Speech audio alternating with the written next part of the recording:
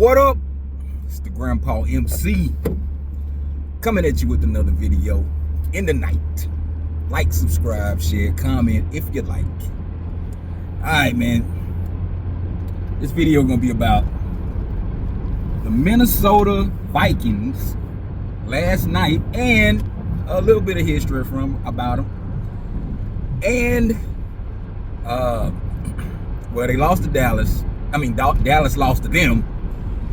JJ McCarthy came out and was looking like a legit quarterback, but he's been looking better for the past couple of weeks. Just to note that. But it had me thinking, watching him play, and just thinking back, through the years since I've been watching him. Minnesota Vikings have always been able to find a quarterback.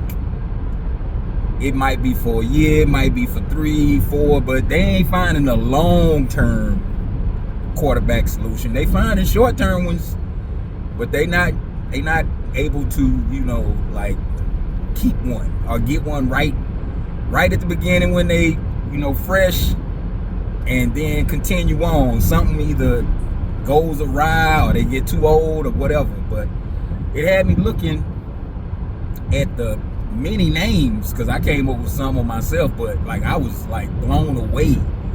It was 30. It's been, ever since I've been watching NFL football, it's been 36 starting quarterbacks, and I might be off by a number or so, but 36 since 1987. That's when I started watching. And I was like, wow. So then I just started naming, like Randall Cunningham, Kirk Cousins. That, you know what? Just as a side note on that, that's what's wrong with Justin Jefferson. The reason why he's acting out on the field now, because JJ McCarthy, he was off on a few throws, but it was a couple of throws in there where he was trying to hit Jefferson, where Jefferson just said, that's what it kind of seemed like to me. And I can sort of understand, because if you heard the Atlanta Falcons after they won that game, I forgot who they played last week, but when they beat that team, they were giving Kirk Cousins all the praise. What was it, the running back that's killing this year from Atlanta? He was all on Kirk Cousins. He was hitting those receivers. Pitts had his best game since he's been a pro. So, Kirk Cousins spoiled Justin Jefferson. And, I get it. But this is a young guy. You're going to have to see him through. I hope that, they can continue to build some rapport. And then by the time next year come back, they'll have him a competent quarterback.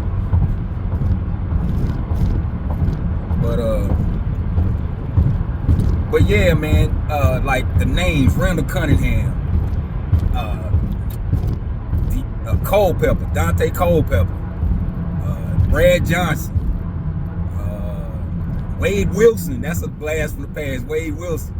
Man, it's too many, man. But you get the picture. If you've been watching Minnesota Vikings for the past 20 years, I say, since we'll go through 2005, you've had a few quarterbacks that you've seen, and it's just wild. They can always, ever since I've known the Minnesota Timberwolves, they've been able to find them a quarterback.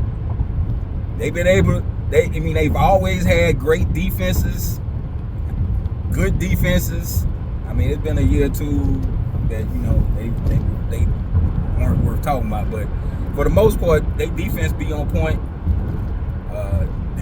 The offensive players they be having, but a lot of times it's the quarterback that need the time together. And either Warren Moon come to mind. They had Warren Moon lengthened his career, I think 2, 3, 4 more years playing for Minnesota.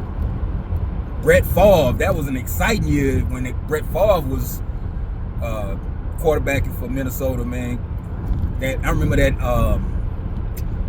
that end of the game throw he threw, I forgot the name of the wide receiver. He didn't last. He wasn't in the league too long, but he caught him a great pass, like right in the corner of the end zone. Brett Favre, like dodged to somebody, did like that, tossed that joint all the way into the end zone, kind of like on a rope.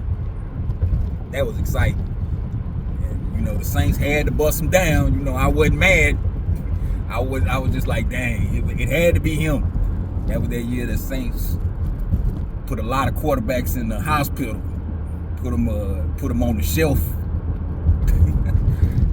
that was a great year, 2009. That was a great year.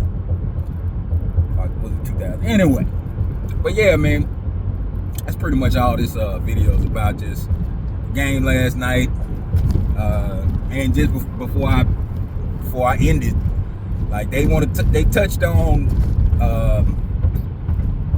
JJ McCarthy. They didn't like the gritty dance that he did when he was running to the end zone. Great fake. I mean, like, it actually looked like the running back took the ball, but you know, they said they told him in practice not to do it, but he did it anyway. That don't bode well. But you know, right now we're just gonna put it under youthful folly. So that's it. Excuse me. That's it, man. Grandpa out.